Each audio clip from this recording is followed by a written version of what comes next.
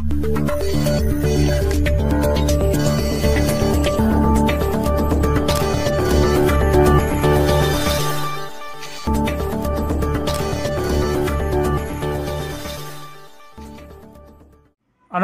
జిల్లా అంగన్వాడీ కార్యకర్తల సమస్యలు పరిష్కరించాలని డిమాండ్ చేస్తూ గత 6 రోజులుగా గుత్తి ఐసిడిఎస్ కార్యాలయం ఎదురుగా చేస్తున్న సమ్మె సోమవారం 7వ రోజుకు చేరింది. ముందుగా అంగన్వాడీ కార్యాలయం ఎదురుగా 7వ సంఖ్య ఆకారంలో అంగన్వాడీ కార్యకర్తలు కూర్చొని తమ నిరసన వ్యక్తం చేశారు. అందులో భాగంగా ఐసిడిఎస్ కార్యాలయం నుండి గాంధీ చౌక్ వరకు రాష్ట్ర ప్రభుత్వానికి వ్యతిరేకంగా నినాదాలు చేస్తూ అంగన్వాడీ కార్యకర్తలు తమ నిరసన ర్యాలీ చేపట్టారు. అనంతరం గాంధీ చౌక్ వద్ద రోడ్డుపై బైఠాయించి ఏపీ సీఎం డౌన్ డౌన్ అంటూ నినాదాలు చేశారు. అనంతరం మానవహారంగా ఏర్పడ్డారు. అంగన్వాడీ టీచర్లు నిరసన చేయడంతో ట్రాఫిక్ అంతరాయం ఏర్పడింది. విషయం తెలుసుకున్న పోలీసు ట్రాఫిక్ సమస్యకు అంతరాయం లేకుండా తగు చర్యలు తీసుకున్నారు. ఈ సందర్భంగా అంగన్వాడీ టీచర్లు సిఐటియు నాయకులు కళ్యాణి నిర్మలమ్మ మాట్లాడుతూ రాష్ట్ర ప్రభుత్వానికి గత 6 రోజులుగా సమ్మె చేస్తున్న చీమ కుట్టినట్లు కూడా లేదని సిఐటియు నాయకులు అంగన్వాడీ టీచర్లు ఆగ్రహం వ్యక్తం చేశారు. తక్షణమే అంగన్వాడీ టీచర్ల సమస్యలు పరిష్కరించాలని వారు డిమాండ్ చేశారు. ఈ కార్యక్రమంలో సిఐటియు జిల్లా నాయకురాలు నిర్మలమ్మ, కేవీపీఎస్ నాయకుడు మల్లికార్జున, సిపిఎం మండల కార్యదర్శి రామకృష్ణ, అంగన్వాడీ యూనియన్ నాయకులు గంగా, కళ్యాణి, అరుణ, పార్వతి, విజయలక్ష్మి, శోభరాణి, బాబమ్మ, నాగలక్ష్మి, అంగన్వాడీ టీచర్లు, ఆయాలు పెద్ద సంఖ్యలో ఈ కార్యక్రమంలో పాల్గొన్నారు.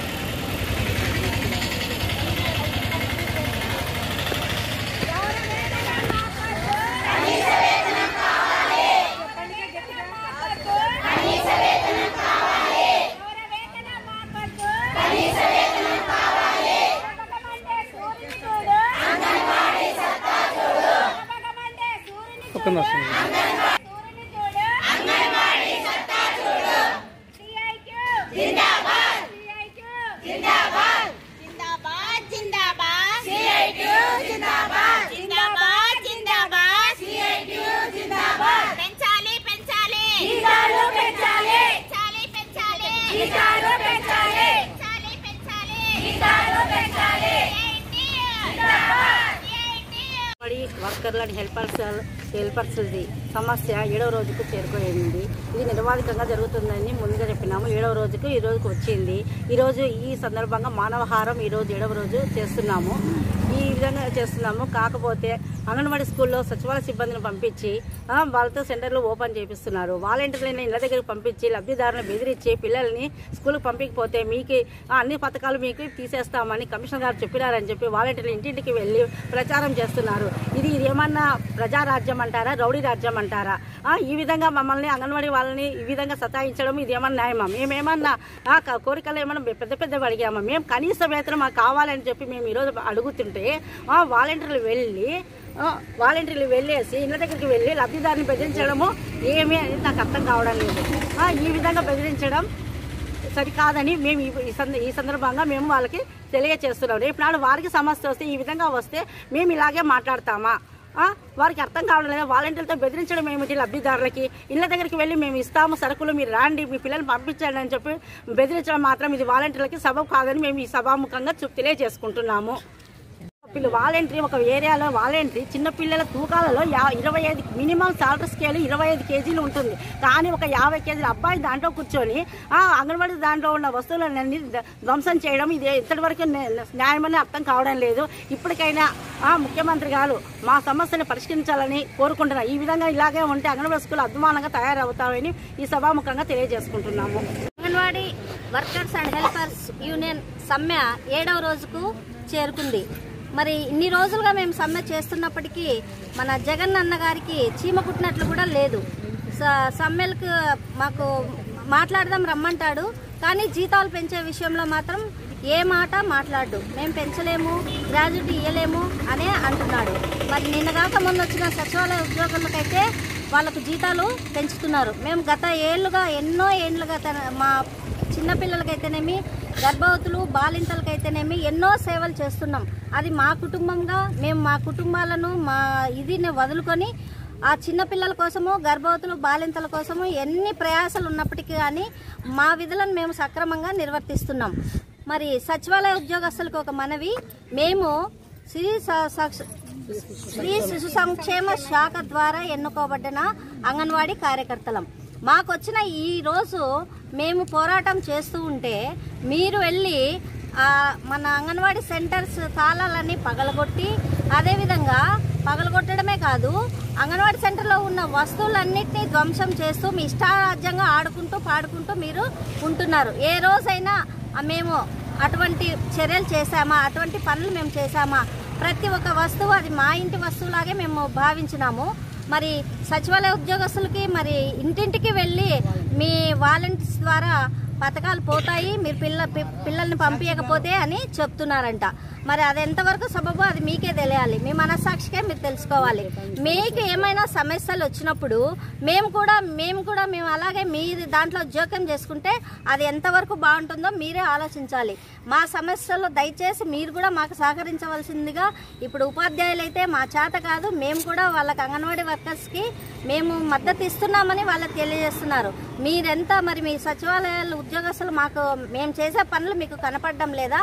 మీరు కూడా దాంట్లో వాలంటీర్స్ అయితేనేమి మరి ప్రతి ఒక్క సచివాలయ ఉద్యోగస్తులు మా దగ్గర బెనిఫిషియర్స్గానే ఉంటున్నారు. మరి మా సేవలు ఎలా ఉంటాయో, మేము ఎలా చేస్తున్నామో అది మీరు కళ్ళారా చూస్తున్నారు, అనుభవిస్తున్నారు కూడా. మరి ఇటువంటి తరుణంలో మీరు మాకు అన్యాయంగా, మాకు విరుద్ధంగా మీరు చేయడం ఏం బాగాలేదని ఈ సభాముఖంగా తెలియజేస్తున్నాను. 7వ రోజుకు చేరుకుంది. మేము 7 రోజుల నుండి చేస్తున్నాము, కానీ మాకు ఎవరు గుర్తించడం లేదు. ఎంతగా మొరబెట్టుకున్నా కానీ సీఎం గారికి కూడా తెలుస్తుందో తెలియడం లేదు. అంతవరకు చేరుతుందో లేదో మధ్య వ్యక్తులే దాన్ని ఇక్కడే తుంచేస్తున్నారో ఏమో అని మాకు అనుమానంగా ఉంది. సీఎం గారికి తెలుస్తుందా లేదా అనేది మేము వ్యక్తం చేస్తున్నాము.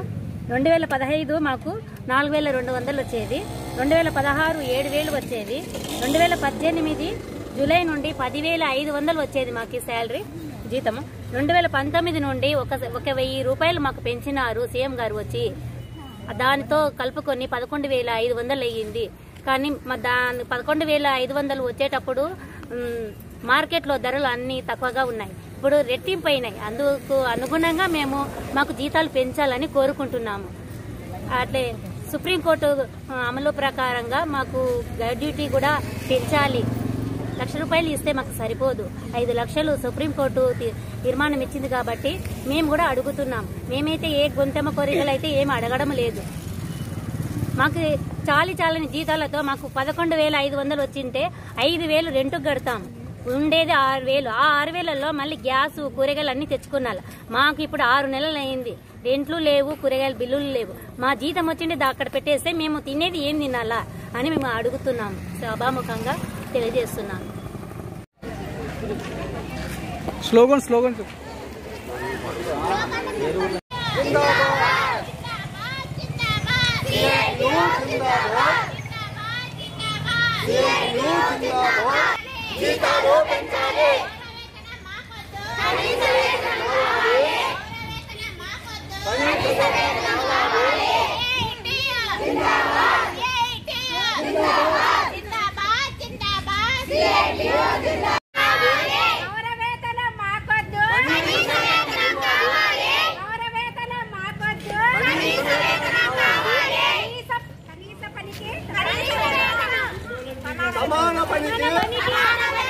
సమాన పనికి అంగన్వాడీల ఐక్యత, కార్మికుల ఐక్యత.